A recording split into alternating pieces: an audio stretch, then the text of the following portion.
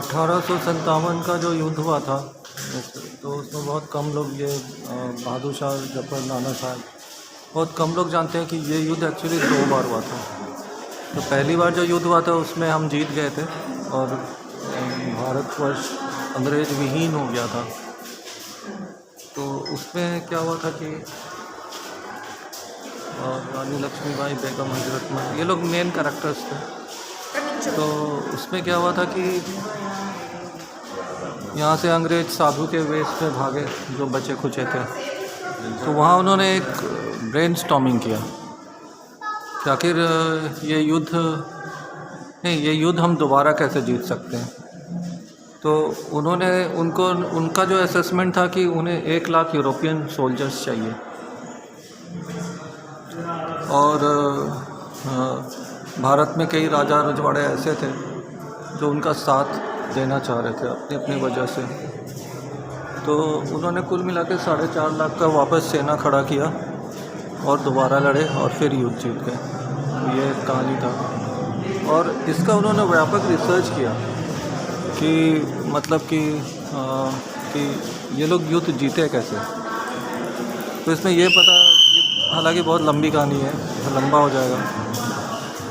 इसमें यह था कि उनको पता चला कि इंडिया में कोई टैक्स सिस्टम नहीं है, पहले टैक्स होता ही नहीं था इंडिया में। तो सारा पैसा जनता के पास होता था। तो जब भी कोई युद्ध लड़ना होता था तो राजा आह्वान करता था, तो सारे लोग पैसा राजा को देते थे, उससे सेना खड़ा होता था, हथियार खरीदे जाते थे, तब युद्ध लड़ा जाता था। इसे ख़त्म करने के लिए, सारा पैसा लोगों से ख़त्म करने के लिए अंग्रेज़ों ने टैक्स सिस्टम शुरू किया। तो उन्होंने 37 तरह का टैक्स उन्होंने इंट्रोड्यूस किया, जो आज़ादी के बाद हमने इनहेरिट किया। अभी जो करंट सरकार है वो इस पे काम कर रही है कि कैसे टैक्स सिस्टम को हटाया जाए। खैर वो एक अलग विषय है, उस पर कभी अलग से बात किया जाएगा। तो आइए मैं आपको म्यूज़ियम दिखाता हूँ। अब ये लिखा है कॉलोनियल साइक एंड एक्सपेंशन। देखते हैं इसमें क्या लिखा हुआ है। इस पर लिखा है colonial emerge as a global phenomenon from 14th century onwards, and there was a race among the western countries to conquer and establish their colonies world over. Based on racist principles, they propagated that it was white man's burden to civilize the world. Spain, Portugal, France, England, Netherlands all competed and fought with each other to establish their colonies in Americas, Africa and Asia. The merchants, missionaries, colonial administrators, intellectual soldiers and all the stakeholders of the empires were bent upon to rule, dominate, subjugate, exploit, oppress, loot and plunder the newfound colonies. India was known as the golden bird in the western world. In 1498, Vasco da Gama discovered the sea route to India, and soon the Portuguese were followed by the British, Dutch and the French. They all added East India Company after their country's names, and one such was the English East India Company, established through a royal charter in 1600. तो अंग्रेज जब यहाँ भारत आए खासकर, तो उन्होंने हर संभव तरह का क्राइम किया।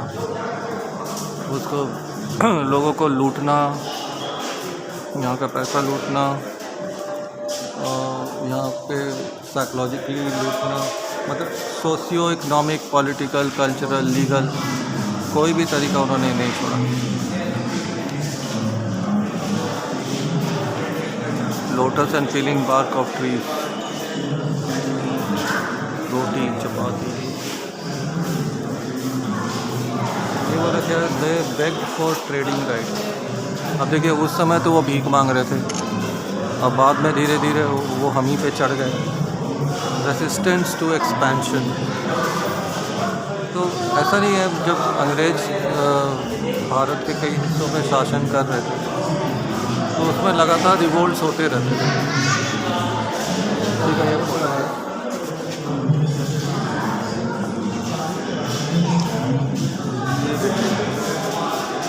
एक्सप्लॉयटेशन एंड ऑपरेशन, मतलब भारत को उन्होंने ऐसा कर दिया था, वो मारते भी थे, लूटते भी थे, लोग भूखे मर जाते थे और उनको कोई फर्क नहीं पड़ता था।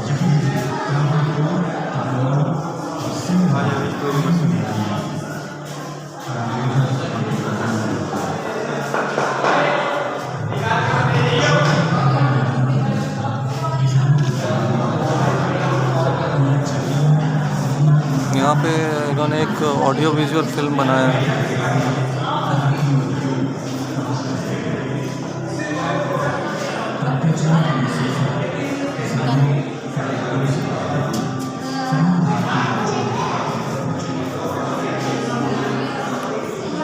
जब लॉर्ड मॉकले इंडिया आया था, अंग्रेज़ कहीं भी शासन करने से पहले ना उस पर रिसर्च करते थे।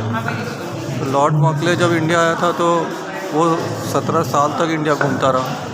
उसने कहा कि इंडिया इतना रिच है कि इनके घरों में सोने के सिक्के ऐसे बिखरे रहते हैं कि हमारे यहाँ तो चने के ढेर भी वैसे ना बिखरे हुए। तो इनको ख़त्म करने के लिए पहले इनका संस्कार, इनका एजुकेशन ख़त्म करना होगा। इसीलिए उन्होंने जहाँ जहाँ उनका कब्जा हुआ उन्होंने एजुकेशन सिस्टम को ख़त्म किया, हमारे गुरुकुल को ख़त्म किया। अब ये उन्होंने बहुत तरह के कानून बनाए, उल्टे सीधे कानून, कि भारत पे कब्जा करने के लिए, भारत को लूटने के लिए।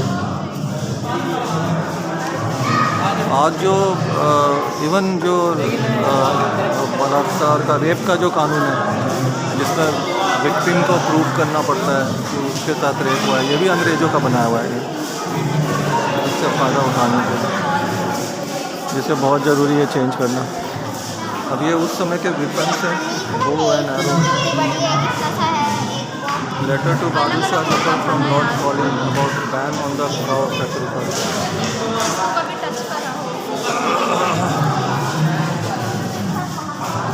बादशाह जफर पेन होल्डर, इसमें पेन था बादशाह। ये उस समय के कागजात हैं, अंग्रेज़ों के ज़माने के कागजात हैं। Newspaper of 1857, map of Shahjahanabad, old Delhi. ये पुराने मैप हैं। अब ये देखिए पुराने विषय में सोचिए कितना बड़ा तलवार होता था,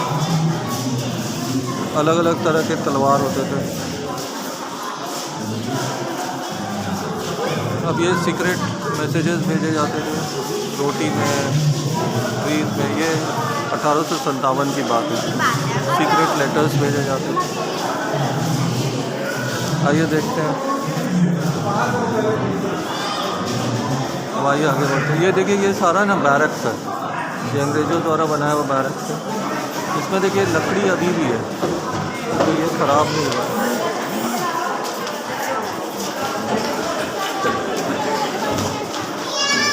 इतना साफ़ सुथरा नहीं है ये। तभी गवर्नमेंट की तरफ से एक अच्छी कोशिश है।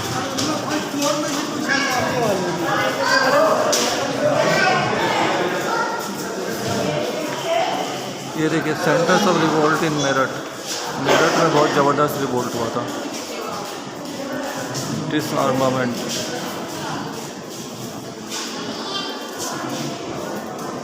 अंग्रेज इतने डर गए थे कि वो मतलब इंडियन सैनिकों से उन्होंने हथियार वापस ले लिया था। और सिपाहीज बिकेम फ्रीडम फाइटर्स। अब ये देखो चलो दिल्ली का जो नारा लगा था, एन अनईजी काम।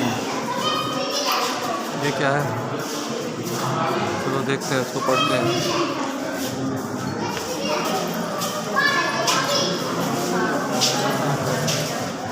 Uneasy calm prevailed all over and different stories were afloat, like the armies of Turkey, Iran and Russia attacking the British in India.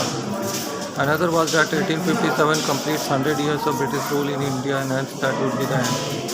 Another story is narrated by Vishnu Bhatt Godse, a contemporary who heard from some sipahies that the Raja of Kanpur had wanted the governor of Central of a religious war in this land known as Hindustan, Bharatkhand and Jambu Dweepa, the land of karma against imposition of English laws. मतलब यहाँ पर ये तो अब देखिए ये उस समय के विपन्स है। ये पिस्टल है, ये भी पिस्टल है, ये अलग अलग विपन्स है। इसमें बारूद भरना पड़ता था। ये विपन्स है रानीगंज, दीनाजपुर एंड बैरकपुर, ये सब सेंटर ऑफ रिवोल्ट थे। और ये उस समय के वेपन्स था।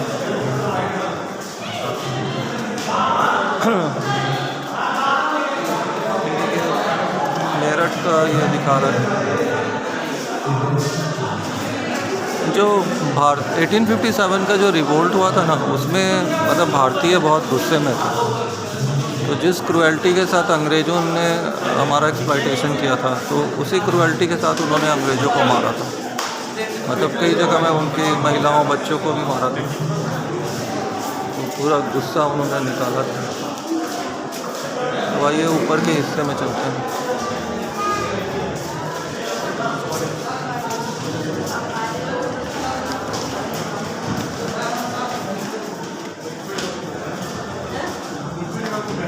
ये देखिए, ये ग्रेनाइट के लाल पत्थर लगे हुए हैं। तो पहले मॉन्यूमेंट्स ऐसे ही बनता था।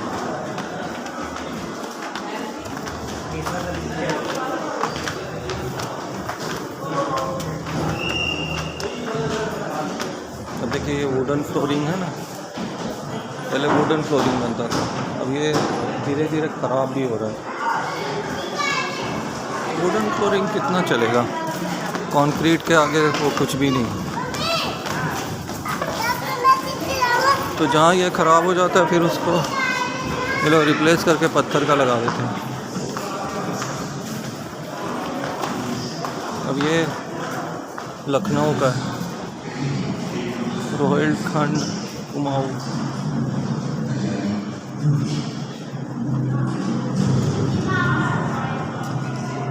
Rain of terror. The fall of Lucknow to British saw not just loot, killings and hangings, but houses after houses were raided and namesake trials were held. These were hanging, imprisonments and fines. मतलब अंग्रेज़ों ने जब वापस लिया तो उन्होंने भी फिर बहुत सारे क्राइम किए। The fall of Lucknow did not end the war as the revolutionaries dispersed in different regions. Some towards Rohilkhand, other waging guerrilla war through the jungles of Bairak, some in other.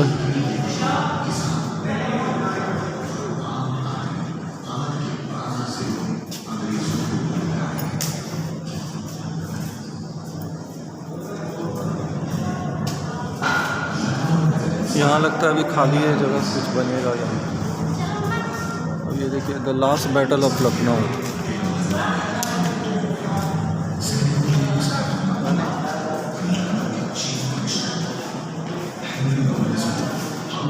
ये उस समय के चित्र हैं, the major places of battle in Awadh. तो देखिए क्या हालत हो गया। ये सब ब्रिटिश बैरक्स है। फिर war all over Awadh, Lucknow in 1857.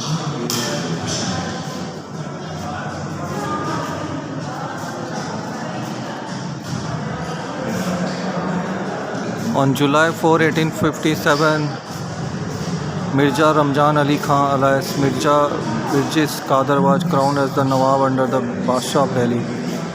The court of administration of this newly crowned Nawab was as follows. जो 1857 में युद्ध हुआ था ना, उसमें ऐसा भी हुआ था कि जो कई अंग्रेज़ यहाँ से डर के भागे, तो वो जो अंग्रेज़ थे वो वापस नहीं आए। उन्होंने कसम खा लिया भाई अब हम वापस नहीं आएंगे। लेकिन धीरे धीरे दोबारा अंग्रेज़ों का राज हो गया और फिर 1947 में ही इनसे छुटकारा मिला। इन्होंने बड़े एरिया में फैलाया हुआ है। ये सारा फ़ोटो और वो कुछ लिखा हुआ है। ये बुलंदशहर, उस समय का बुलंदशहर।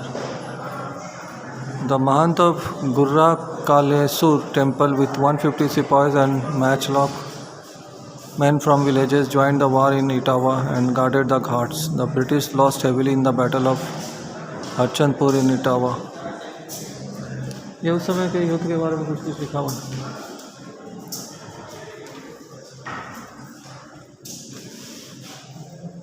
ये राजस्थान में कहाँ युद्ध हुआ था। Khetri, Alwar, Dholpur, हिंदुआ, Tonk, Deoli All the major princes of Rajputana not only remained loyal to the British but assisted them to crush this war of independence.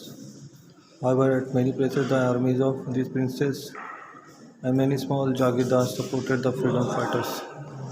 मतलब जो ये युद्ध हुआ था ना 1857 का, तो कई जगह हिंदुस्तान बट गया था। मतलब कई जगह लोग लड़े अंग्रेज़ों के खिलाफ, और कई जगह लोगों ने अंग्रेज़ों का साथ दिया अपनी अपनी वजह से, ऐसा भी हुआ था। नॉर्थ वेस्टर्न फ्रंटियर प्रोविंस जो अभी पाकिस्तान में है, the planning to wage war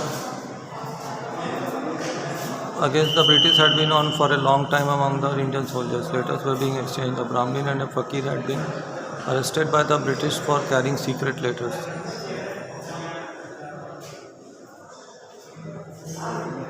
Laid their lives fighting the British, and 600 crossed to the Swat Valley. About 150 were taken prisoners by the British. This was followed by hangings and killings. Attock, Nowshera and Murdan were the other cantonments where the Indian Sipahi waged the war and marched towards Delhi to support the Badshah. Situl Misr was hanged and Gokul Misr blown from a gun. बहुत सी कहानियाँ जो हम नहीं जानते। Anjala massacre. Most gruesome was the massacre of Indian Sipahis of native infantry at Anjala. Rushed with a force, and at Anjala he was informed by the Tehsildar that about 200 of them had been shot and the rest driven into the river. The people got on to 60 at a time. 2 Sipahis were marched to Anjali Tehsil. 66 more were caught from the surrounding village. ये जो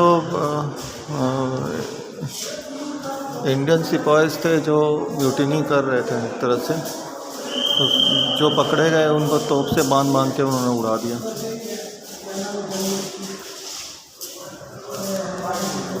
ये देखिए ऊपर का architecture.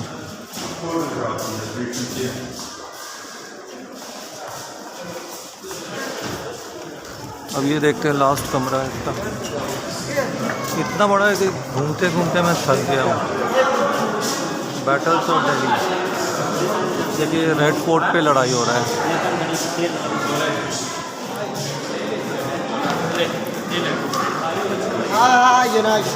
मतलब इसमें एकदम बहुत फियर्स लड़ाई हुआ था, हैंड टू हैंड फाइट हुआ था।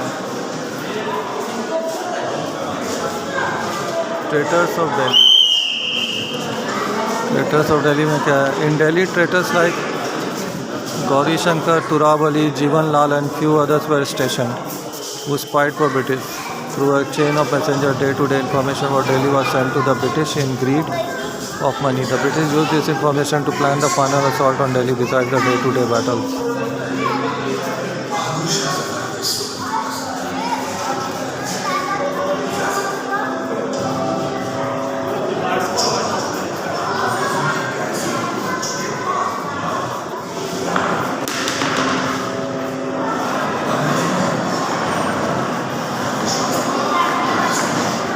बहादुर शाह जफर फाइनली कैप्चर्ड है।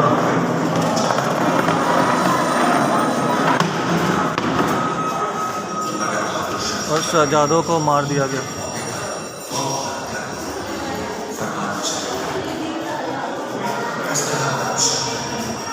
ये बादशाह का कपड़ा होगा।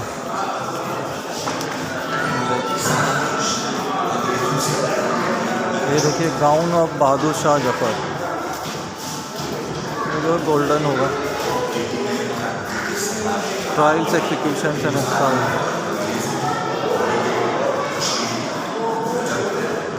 शहजादा Firoz Shah raised an army of about 18,000, defeated the British in many battles in central India. He moved to Rohilkhand and Awadh, joined the Nana Sahib and Tatya Tope. Later on escaped to Afghanistan. He died in Mecca in 1877. Ajad Shah escaped to Mecca in via Russia and died in 1895. इतने सारे देखिए Prince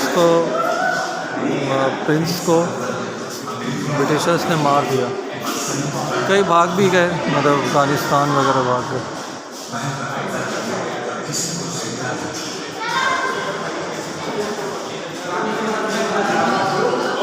ये उस समय के चित्र और photo हैं। The princes were being backed by their 3000 followers to fight Hodson who was back again the next morning. Mirza Mughal, Mirza Qadir, Mirza Abu Bakr surrendered unconditionally. On hearing the news, there was a Hodgson, after stripping of their clothes, shot the princess dead. The Basa's favorite eunuch was also cut to pieces. The gems were looted and their corpses left in Chandni Chowk.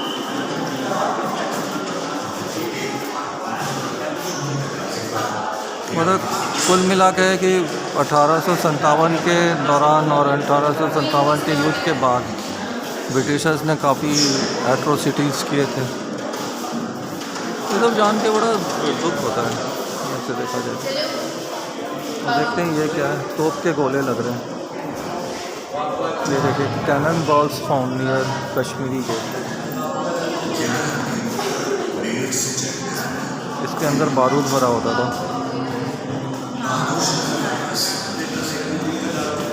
चलिए, museum का tour ख़त्म हुआ।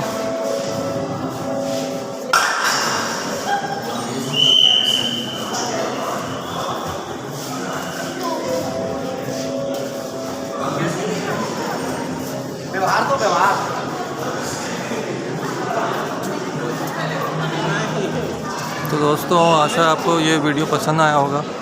लाल किले के अंदर आप मतलब time अच्छा स्पेंड कर सकते हैं। तो ये वीडियो यहीं तक था। तो दोबारा अगले वीडियो में मिलेंगे। तब तक के लिए धन्यवाद।